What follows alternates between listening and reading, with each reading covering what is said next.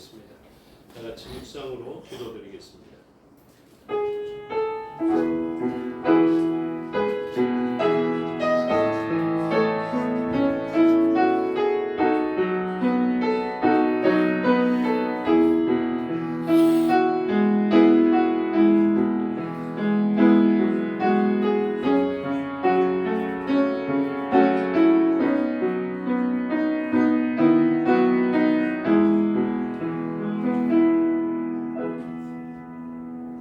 우리의 신앙을 사도신경으로 고백하겠습니다.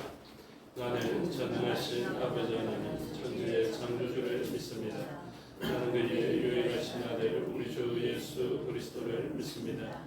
그는 성령으로 잉태되어 동정녀 마리아에게서 나시고 본디오 빌라도에게 고난을 받아 십자가에 못 박혀 죽으시고 장사된 지 사흘 만에 죽은 자 가운데서 다시 살아나셨으며 하늘에 오르시어 전능하신 아버지 하나님 우편에 앉아 계시다가 그로부터 살아있는 자와 죽은 자를 심판하러 오십니다. 나는 성령을 믿으며 거룩한 공교회와 성도의 교제와 죄를 용서받는 것과 몸의 부활과 영생을 믿습니다. 아멘. 방송실 죄송한데 혹시 373장으로 변경이 가능합니까? 찬송가 죄송합니다. 약속되어진 찬송인데 변경을 해서 죄송한데 505장을 하고 373장을 또 하려 하니까 좀 그런 것 같아서요. 양해해 주시기를 바랍니다. 373장 찬송 드리겠습니다.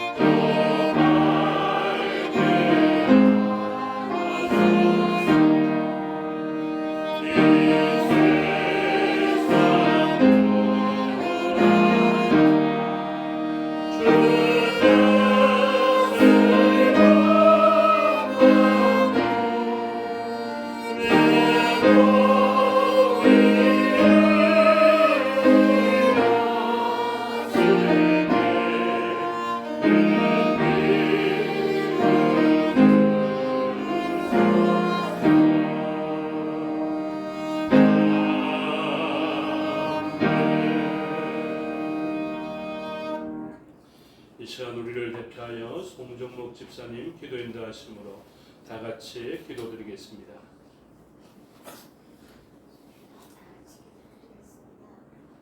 사랑 많으신 하나님, 오늘 저희들 이렇게 또 주의 전으로 불러주셔서 감사드립니다. 우리가 할 수 있는 건 아무것도 없습니다. 항상 감사드립니다. 지금 우리 교회도 와보세요. 어서 아이들도 많이 있어야 되겠고 어른들도 많아야 되는데 억제하시겠습니까? 부족한 저희들 불쌍히 여기시고 많은 아버지에도 사랑의 아버지 각들이 아버지 생기하여 주셔서 우리의 힘은 한계가 있습니다. 모든 것은 주께서 주관하시고 저희들이 아버지 그것을 따라가소서. 주여 지금 세상이 너무나 힘듭니다. 나라마다 분쟁이고 전쟁이고 아버지 비상행위에 생겨서 세계 각국이 진짜 고통스럽게 생각하고 있습니다. 이 모든 것이 문명의 발전을 이룰 수도 있습니다. 주여 저희들이 믿는 것은 문명도 아니고 가도 아니고 우리 하나님을 주시옵소서. 이 나라 참 힘들고 어렵습니다. 아버지 작은 나라의 땅덩이는 작은데 사람들의 생각들은 분열되어 있고 정치하는 자들은 아버지 저들이 옳다고 떠납니다. 주여 우리는 아버지 믿음으로 통일이 되어야 하는데 그래서 한민족의 동질성도 이루어야 되는데 그런데 그 모든 것이 우리의 힘으로는 할 수 없습니다. 주께서 함께하여 주시옵소서. 저희 북의 불쌍한 동포들 아버지 지하에서 하나님을 부르면서 발각되는 처형되는 너무나 어려운 상황인데 그들을 언제 풀어주시는지 저희들은 알 수가 없습니다. 이 나라의 운명도 아버지 끝으로는 잘 살고 아버지 뛰어나다고 떠들지만 세계 열강의 아버지 틈바구니에서 우리의 앞날은 하나님께서 도와주시지 않고 이끌어주시지 않으면 우리나라는 살아날 길이 없습니다.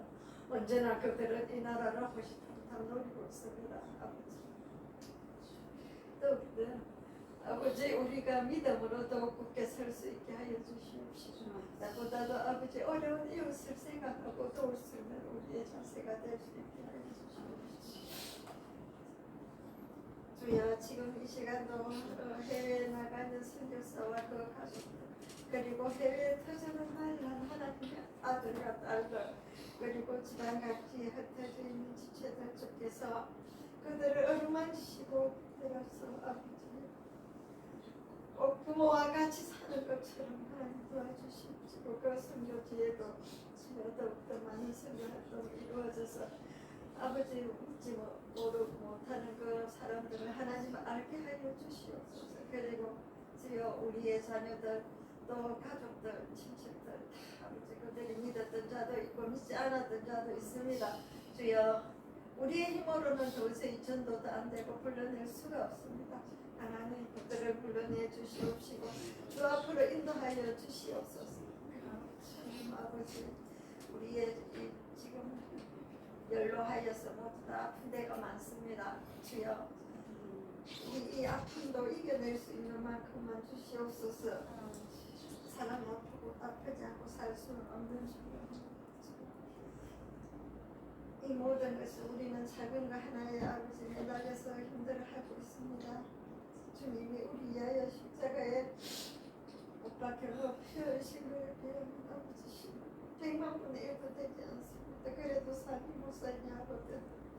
아버지 아우성입니다. 주여 우리의 부족한 하나님 채워주시고 서로 사랑하고 아끼며 이해하고 도울 수 있는 그런 믿음의 아버지 우리 교회가 될 수 있게 하여 주시옵소서. 그리고 각 가정마다 또 문제도 있을 것입니다. 하나님 함께 하시고 해결할 수 있는 또 그런 아픔을 해결할 수 있는 기도 허락하여 주시옵소서. 나중에 세우신 목사님에게 알려주시고 큰 능력 주시옵소서. 그 말씀이 저희에게 아버지 영혼의 양식이 되어서 내 육신의 건강한 것 같이 입을 수 있게 하여 주시옵시고 동생 건강 주시고 가족에게도 아버지 건강과 평강함을 주시옵소서. 연로하신 또 어르신들에게도 큰 힘 되어 주시옵시고 그분들의 기도 때문에 저희들이 또 하나님의 사랑을 받고 지금까지 살아오는 줄 압니다.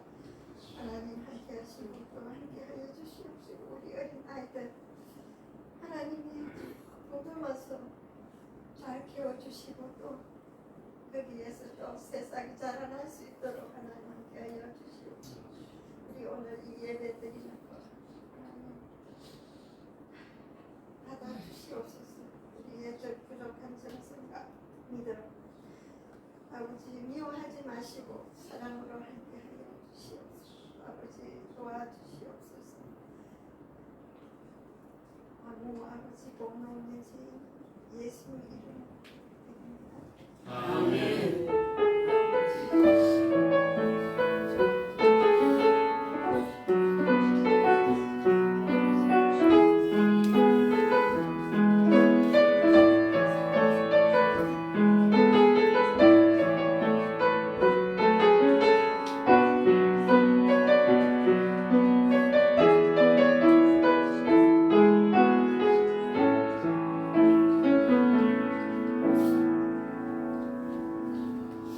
감사합니다. 하나님 말씀 보시겠습니다. 하나님 말씀 사도행전 28장 16절에서 31절의 말씀입니다.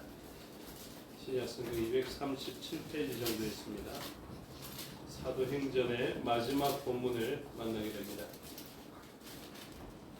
사도행전 28장 16절에서 31절의 말씀을 교독하겠습니다.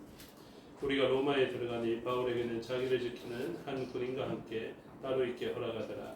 사울이 바울이 유대인 중 높은 사람을 청하여 그들이 모인 후에 이르되 여러분 형제들아 내가 이스라엘 백성이나 우리 선하의 간섭을 되찾는 게 없는데 예루살렘에서 로마인의 손에 제수로 내주가 되었으니 로마인은 나를 신문하여 죽일 죄목이 없으므로 석방하려 하였으나 유대인들이 반대하기로 내가 나지 못하여 다이사에게 상소하며 내 민족을 고발하는 것이 아니니라. 이러므로 너희를 보고 함께 이야기하려고 청하였으니 이스라엘의 소망으로 말미암아 내가 이 쇠사슬에 매인 바 되었노라. 그들이 이르되 우리가 유대에서 너희에 대한 편지도 받은 일이 없고 또 형제 중 누가 와서 너희에게 대하여 좋지 못한 것을 전하든지 이야기한 일도 없느니라. 이에 우리가 너희 사상이 어떠한가 듣고자 하니 이 파에 대하여는 어디서든지 반대를 받는 줄 알기 때문이라 하더라. 그들이 날짜를 정하고 그가 유숙하는지를 아노니 바울이 아침부터 저녁까지 강론하여 하나님의 나라를 증언하고 모세의 율법과 선지자의 말을 가지고 예수에 대하여 권하더라. 그 말을 믿는 사람도 있고 믿지 아니하는 사람도 있어. 서로 같이 하여 흩어질 때에 바울이 한 말로 이르되 성령이 선지자 이사야를 통하여 너희 조상들에게 말씀하신 것이 옳도다. 일러스되 이 백성에게 가서 말하기를 너희가 듣기는 들어도 도무지 깨닫지 못하며 보기는 보아도 도무지 알지 못하는도다.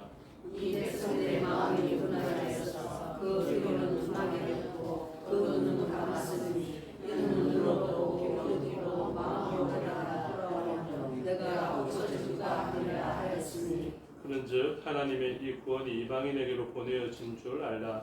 그들은 그것을 들으리라 하더라. 바울이 온 이들을 찬양의 세주에 머물면서 자기에게 오는 사람을 다 영접하고 함께 읽겠습니다. 하나님의 나라를 전파하며 주 예수 그리스도에 관한 모든 것을 담대하게 거침없이 가르치라. 아멘. 기도하겠습니다.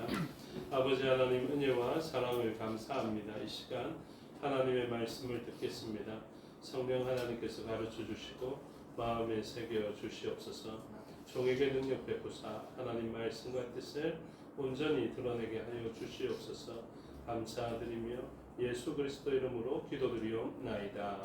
아멘.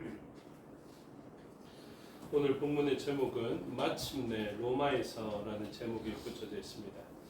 마침내 로마에서라는 이 부분은 어떤 내용의 제목이냐 하면 하나님께서 이제 복음을 예루살렘과 온 유대와 사마리아와 땅끝이라는 그 개념을 가지고 있었는데 로마의 다스림 가운데 있었기 때문에 가장 높은 자에게 복음을 증거하여서 사실은 복음으로서는 모든 영역을 다 증거하였다. 이렇게 이야기할 수 있는 부분입니다. 사실은 이후의 역사가 조금 있습니다.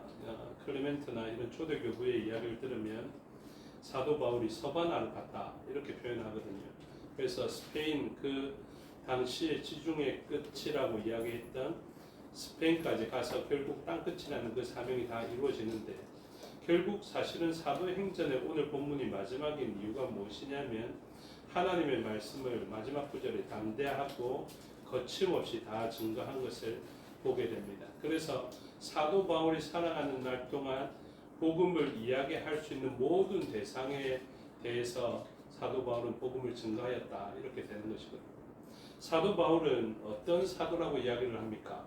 유대인의 사도가 아니라 이방인의 사도 이렇게 보시는 게 맞죠. 그래서 이방인 선교, 열방을 향해 선교하는 대명사가 바로 사도 바울의 선교의 역사입니다.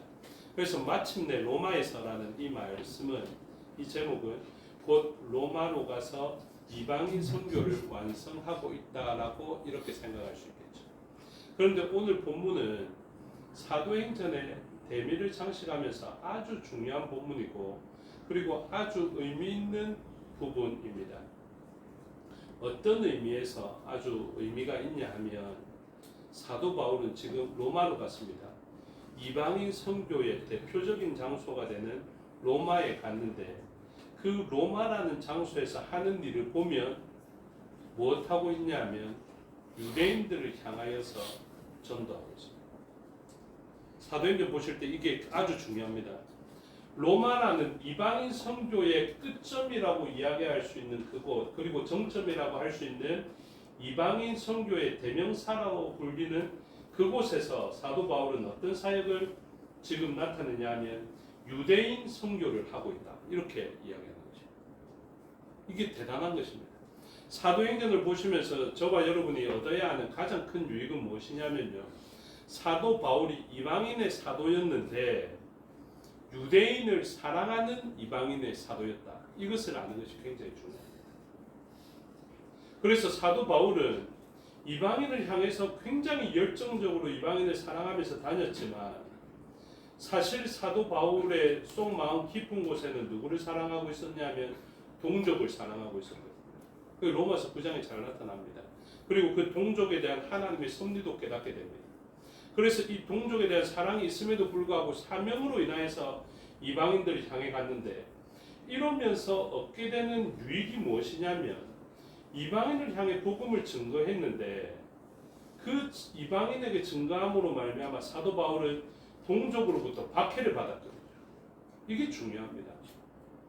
동족으로부터 박해를 받고 죽을 위기를 만났는데, 결론적으로 사도 바울은 무엇이냐면 동족으로부터, 곧 유대인으로부터 갖은 고난과 박해와 죽을 위기를 만나고 모함을 만나고 오해를 만나고 욕을 만나고 돌을 맞고 이렇게 했음에도 불구하고 사랑할 수 있는 가장 대표적인 사람이 누구냐면, 이해할 수 있는 대표적인 사람이 누구냐면 바로 사도 바울입니다.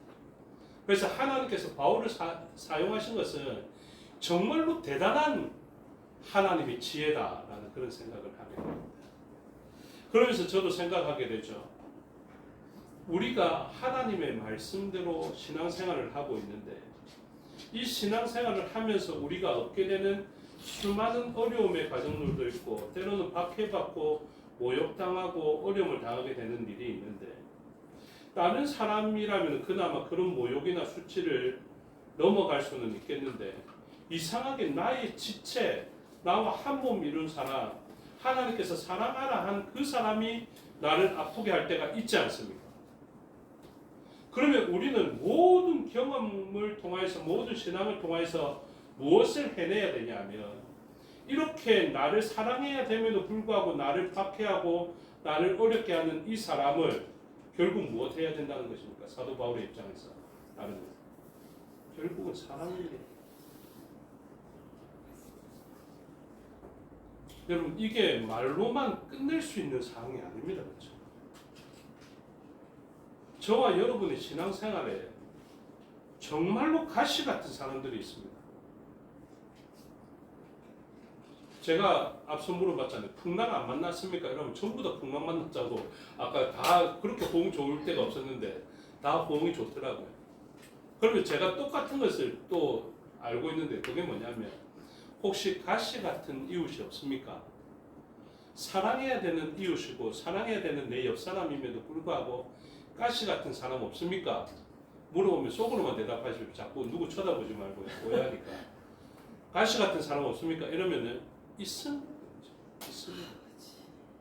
놀랍게도 있습니다. 아무리 신앙생활 잘하고 신앙생활을 진짜 하나님 앞에 신실하게 하는 사람이라 할지라도 하나님은 누구를 두시느냐면 가시 같은 이웃을 두시더라. 사도 바울이 얼마나 열심히 사역했습니까? 상 주고 싶을 정도로, 모르는 사람이지만 상 주고 싶을 정도로 열심히 하는 사람이거든요. 그런데도 어떻습니까? 하나님은 이 사람에게 풍랑과 독사에게 몰리는 아픔뿐만이 아니라 동족으로 인한 아픔이 있게 하셨습니다. 이게 포인트입니다. 타민족이 아닙니다. 자기는 지금 이방인들하고 지금 사랑을 나누고 있는데 동족으로부터는 사랑하고 있음에도 불구하고 자기는 어려움을 만나게 됩니다. 이게 진짜 사실은 이런 말이 진짜 좋습니다. 미칠 노릇이죠. 내가 사랑 안 하면 그냥 관심 딱 끊어주고 단절, 절교 딱 하면 끝날 것 같습니다. 근데 무엇 해야 됩니까? 이 사람을 사랑한다고 해서 이 사람과 절교하고 끊어내는 것이 용납되지 않는 일이 있어요. 그래서 무엇 해야 됩니까? 사랑하게 됩니다. 사도 바울에게 있어서 이 사람은요, 사랑해야 되기 때문에 사랑하는 정도의 존재가 아니라 사랑할 수밖에 없는 존재예요. 사도 바울. 근데 사명으로 감당할 때는 어떻게 합니까? 이방인을 향해 가고 그 베세메스의 암소가 울고 있는 그 어린 송아지가 있음에도 불구하고 베세메스를 향하여 꼿꼿이 갔듯이 사도 바울의 심정이 저는 그렇게 느껴져요. 내가 사랑하는 동족은 저렇게 오히려 나를 박해하고 복음을 받아들이지 못하고 예수님 모르고 있는데 자기는 지금 어디를 향해 갑니까? 이방인들을 향해서 가고 있습니다. 근데 그 끝점에 가서 로마에 딱 다다랐는데 베세메스에 딱 다다랐는데 거기에서 어떤 일을 하느냐 하면 하나님께서 이 사람들을 붙여주십니다. 얼마나 감사했습니까? 그럼 사도 바울은 이렇습니다. 이방인들에게만 선교 딱 하고 하나님 앞에 섰을 때 하나님, 제가 이방인을 위해서 그렇게 넓은 지역을 다 다니고 수고하였는데 그리고 그 복음의 열매도 참 좋았는데 제 인생에 참 아쉬움이 남습니다. 그건 뭔데? 제 동족 어떻게 합니까? 유대인들 어떻게 하고 지금 예루살렘 어떻게 합니까? 이런 마음으로 있을 수 있다는 것이죠. 그런데 그때 하나님께서 와 진짜 놀랍게 역사하시는 거 보십시오. 16절부터 보십시오. 우리가 로마에 들어갔다라고 이야기를 하죠. 그리고 바울에게는 자기를 지키는 한 군인과 함께 따로 있게 아니라 이걸 가택연금이라 하는데요. 그래서 감옥은 아니고 사람들은 마음껏 만날 수 있고 아직 죄는 정죄하지 않는 이런 상태에 있게 되는 것이 절묘하게 있게 되는 것입니다. 그때 사도 바울이 뭐 하는지 보십시오. 20이 아니라 17절에 사흘 후에 바울이 유대인 중 높은 사람들을 청하여 이 본문의 은혜가 누구를 청합니까? 유대인의 높은 사람.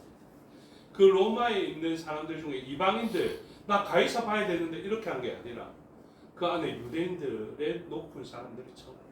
그 마가복음 13장 9절에 또 이루어진다고요. 권력자들과 지금 가장 효율적으로 복음을 전가하겠다는 것이죠.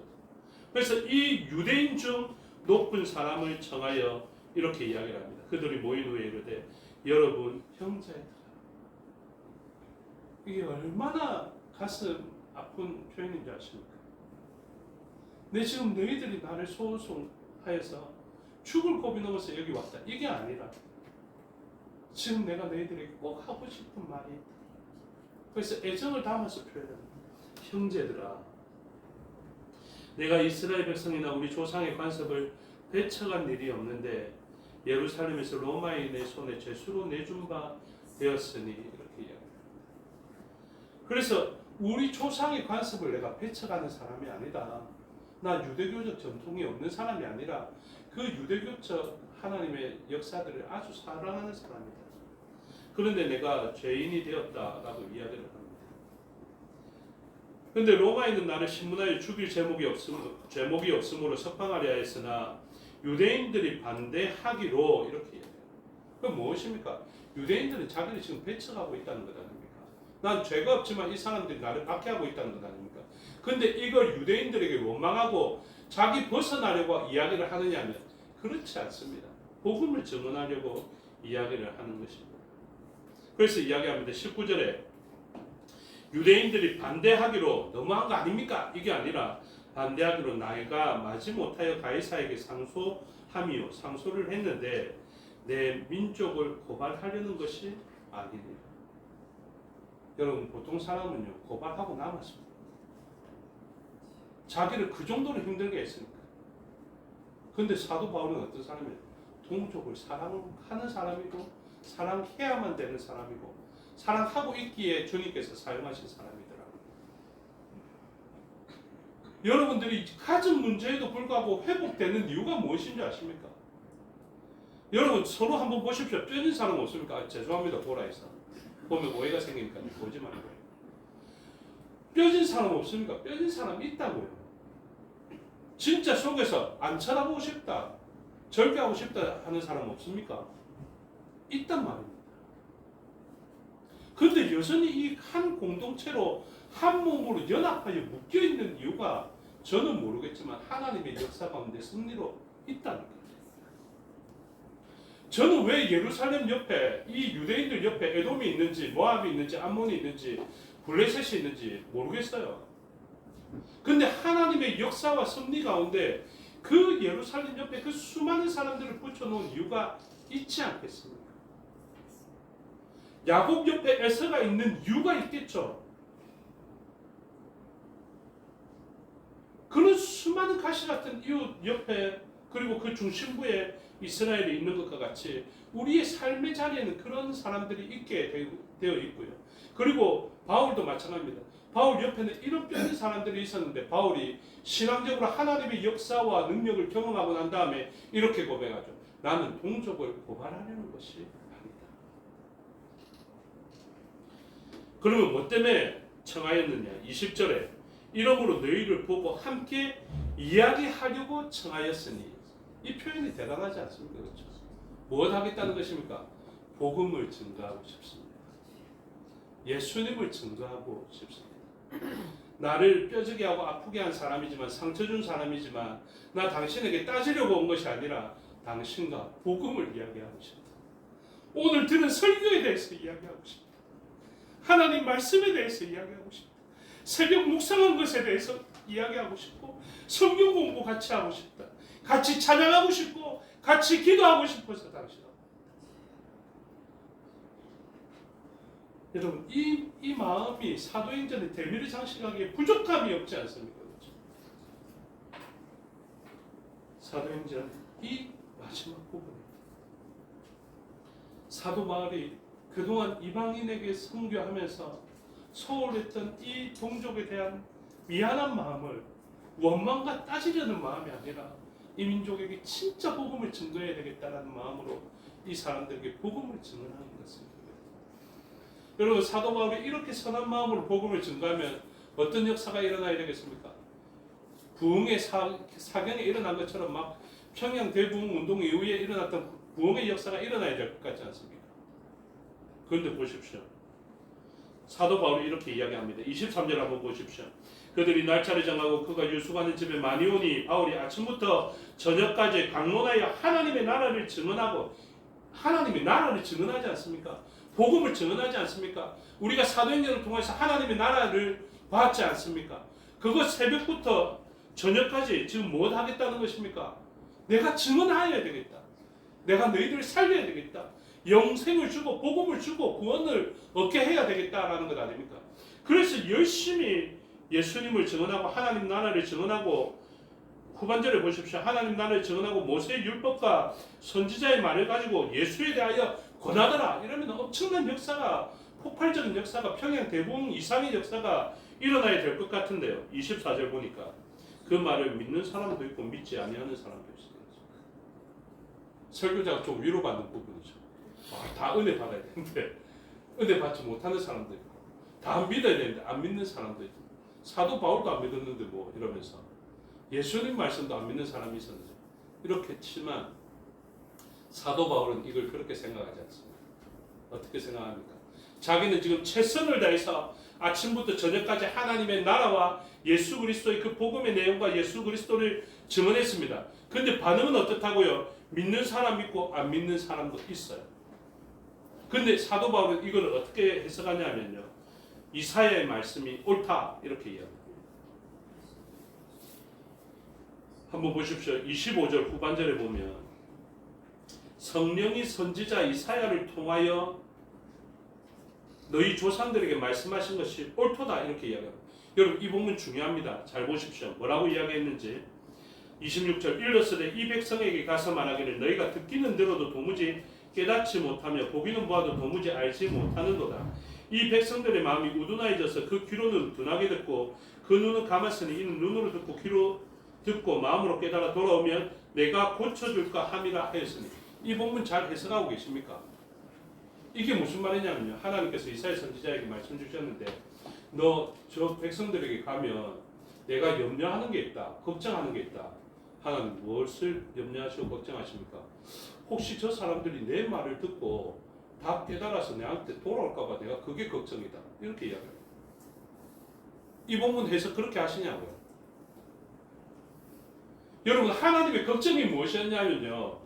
복음을 증거했는데 복음을 듣고 저 사람들이 복음을 잘 받아들일까 봐 내가 걱정이다. 이렇게 하신 말씀이 이사야서 말씀이라니까요. 이게 너무 신기하지 않습니까? 하나님께서 지금 이 시간에 성경교회에서 이란열 목사 보고 설교를 해라 해가 설교를 하는데 하나님이 걱정된다 이야기합니다. 하나님 왜 걱정되십니까? 지금 이 설교 하나님 말씀 듣고 하나님 나라를 듣고 예수님 증거를 듣고 저 사람이 예수님을 믿을까봐 받아들일까봐 내가 걱정된다. 이 말씀입니다. 이게 납득이 됩니까? 이게 안 되죠. 그런데 지금 그 말씀하고 있는 것입니다.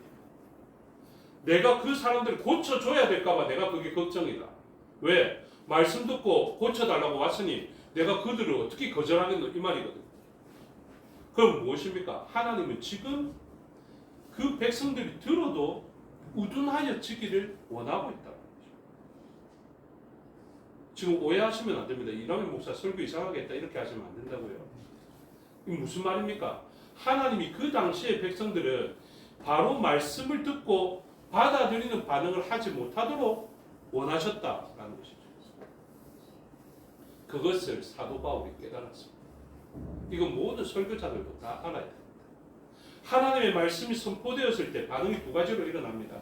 믿는 사람도 있고 믿지 아니하는 사람도 있습니다. 그러면 보십시오. 믿지 아니하는 사람들은 그걸로 끝인가 하면 그렇지 않습니다. 그 사람들이 지금 반응을 보이지 못하고 우리가 하는 말이 그것이지 않습니까? 아니 오늘 설교 안 들었나? 네 설교 듣고도 왜 그런 식으로 행동하노? 이런 식으로 이야기하죠. 그러면 그 사람들은 우리가 쉽게 포기합니다. 그런데 그렇지 않습니다.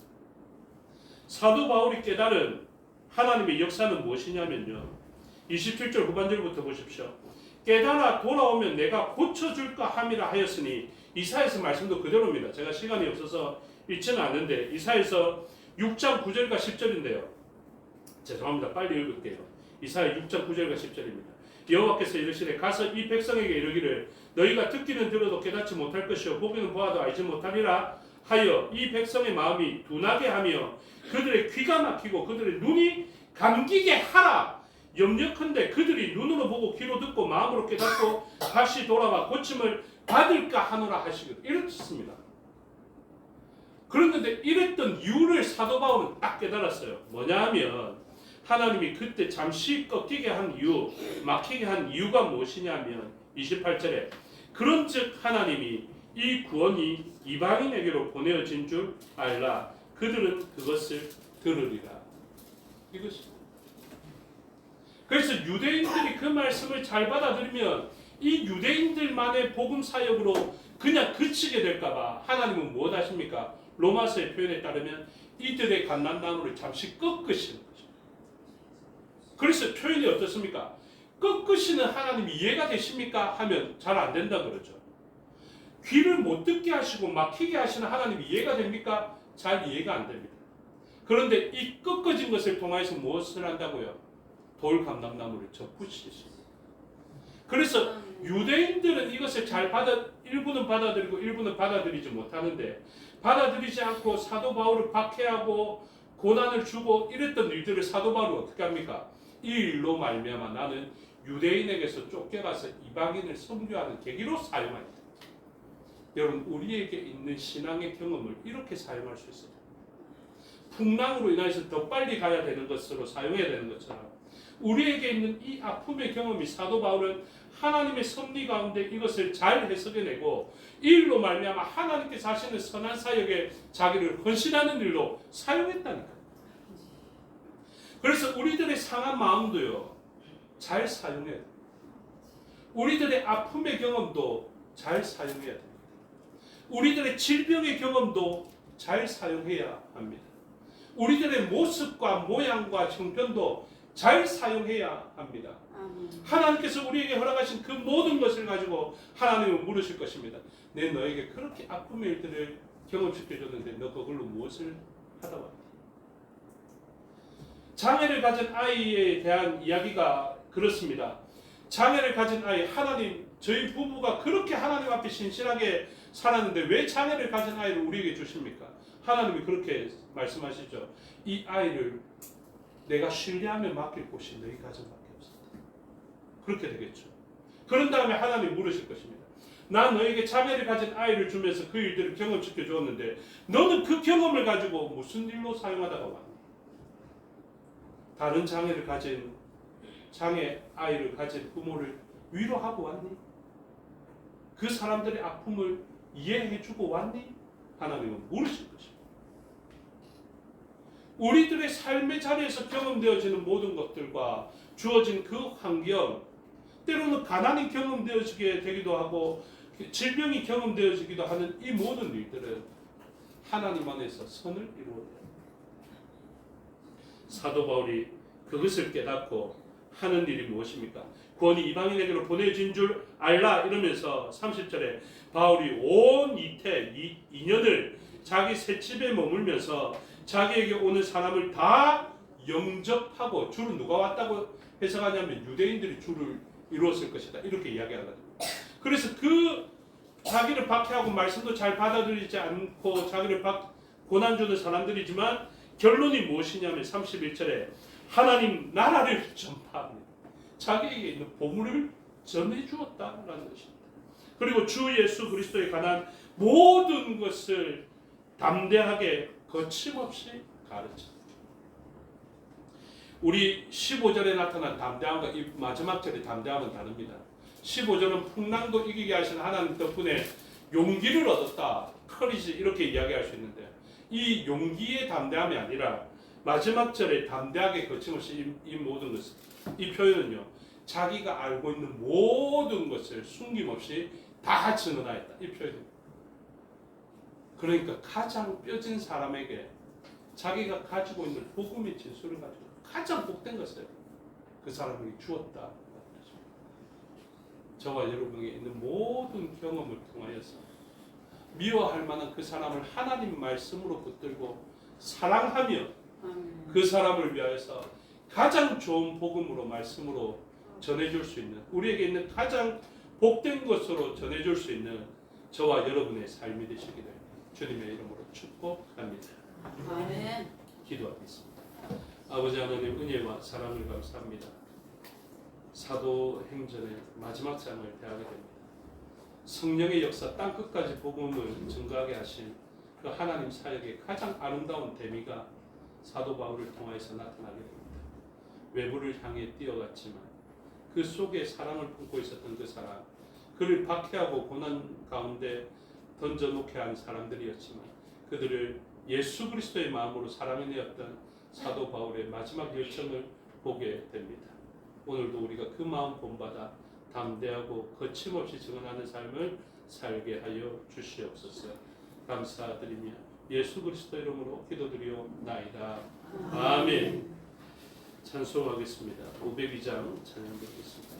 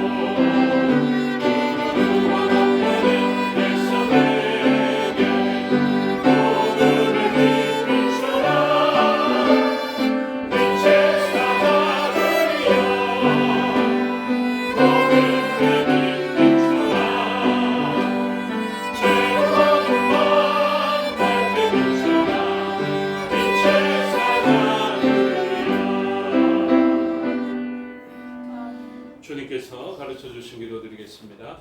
하늘에 계신 우리 아버지의 이름을 거룩하게 하시며 아버지의 나라가 오게 하시며 아버지의 뜻이 하늘에서와 같이 땅에서도 이루어지게 하소서. 오늘 우리에게 일용할 양식을 주시고 우리가 우리에게 잘못한 사람을 용서하여 준 것 같이 우리 죄를 용서하여 주시고 우리를 시험에 빠지지 않게 하시고 악에서 구하소서. 나라와 권능과 영광이 영원히 아버지의 것입니다. 아멘.